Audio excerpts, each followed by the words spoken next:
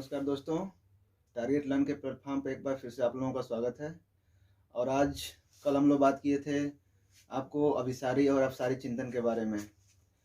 और आज हम बात करें, आप देख पा रहे हैं कि 4 बहुत इंपॉर्टेंट टॉपिक हैं, जो कि हम ऐसे टॉपिक आज ले रहे हैं कि जिससे कि तीनों सेक्शन कवर हो, हमारे ईवीएस के भी कवर हो जाएं, हिंदी भी कवर हो और सीडीपी के तो कवर होंगे ही होंगे। तो ये जो 4 आपको दिख रहे हैं डिस्प्ले पे, ये बहुत ही इंपॉर्टेंट टॉपिक है। Assessment for of learning, for learning, as learning, in learning.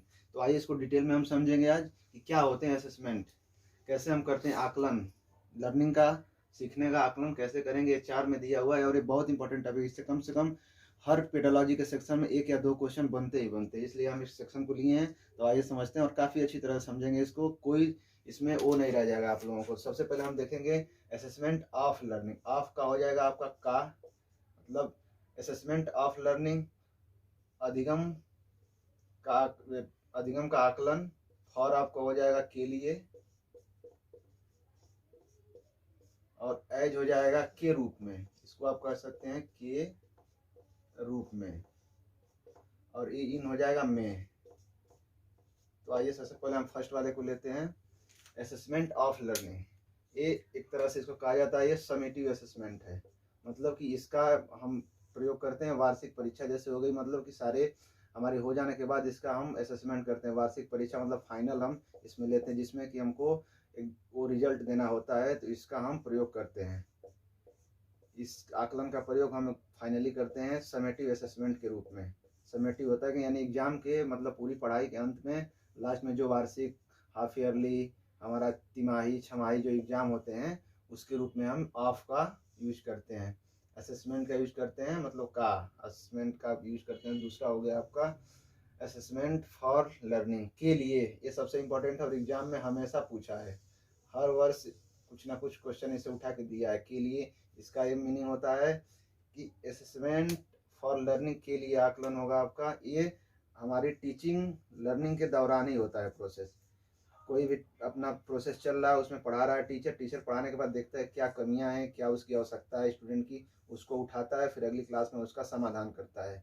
तो एक फीडबैक के रूप में होती है, ये फाइनल नहीं होती है। फीडबैक दिया जाता है बच्चे को और फिर अगली क्लास में उसका सुधार करता है, उसके बाद इसका किया जाता है हमारा आकलन। इसको हम ले सकते हैं फॉर्मेटिव असेसमेंट।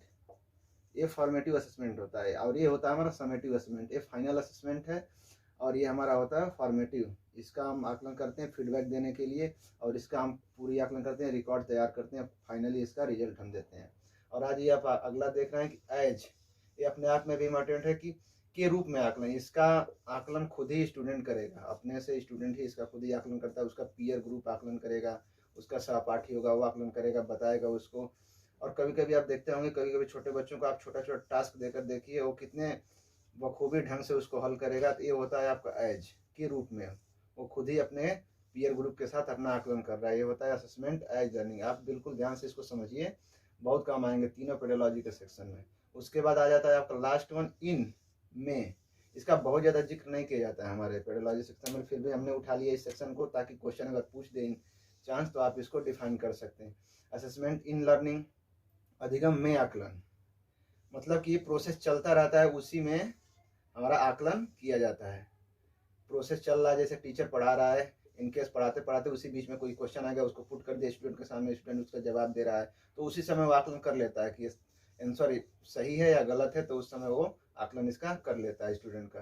तो पढ़ाते पढ़ाते बीच बीच में क्वेश्चन पुट कर देना, कोई बात आप आ जाए, ऐसे वर्ड आ जाए, उसको पूछ लेना, ये में आकलन होता है असेसमेंट। हम समझ पा रहे होंगे कि आप इस चीज़ों को काफ़ी अच्छी तरह समझ चुके होंगे। जो कि सबसे इम्पोर्टेंट हमारा फॉर है, के लिए असेसमेंट, और इसको इम्पोर्टेंस दी भी जाती है क्योंकि ये बच्चों को फीडबैक प्रदान करता है।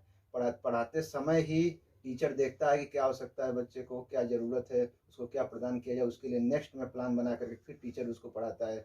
इसका आकलन किया जाता है बच्चे की क्या आवश्यकता है। तो ये हमें पूछा भी है कई बार एग्जामों में। और ये हमारा असेसमेंट ऑफ लर्निंग या फाइनल है, समेटिव असेसमेंट है, वार्षिक परीक्षा के रूप में जो लिया जाता है, ये आपका हो जाता है असेसमेंट ऑफ लर्निंग। एज मतलब पीयर ग्रुप हमारे होते हैं, हम खुद ही इसका सेल्फ आकलन करते हैं। तो ये हो गया आपके 4 टॉपिक, काफ़ी इंपॉर्टेंट टॉपिक आज के थे दोस्तों। तो आप इन टॉपिकों को बिल्कुल तैयार कर लें, हम समझ पा रहे हैं बिल्कुल आपका क्लियर होगा। अगर कोई भी इसमें क्यूरी हो तो आप कमेंट बॉक्स में कमेंट करें, फिर अगले में हम बिल्कुल इसको सॉल्व करेंगे। और हम समझ पा रहे हैं कि इस तरह आप ऐसे ही इंपॉर्टेंट टॉपिक हम डेली आपको लेकर आएंगे। इसके लिए हमारे चैनल को सब्सक्राइब कर लें और शेयर करना ना भूलें। शेयर करें, सपोर्ट करें हमारा, ताकि आने वाले समय में आपको अच्छे से और विधिवत हमारे चैनल से आपको दी जाए, सारे सब्जेक्ट की विधिवत सुविधा दी जाए। तो आप हमारे चैनल को सब्सक्राइब करें, लाइक करें और कमेंट करें। Thanks for watching. धन्यवाद दोस्तों, इसके लिए बहुत बहुत धन्यवाद।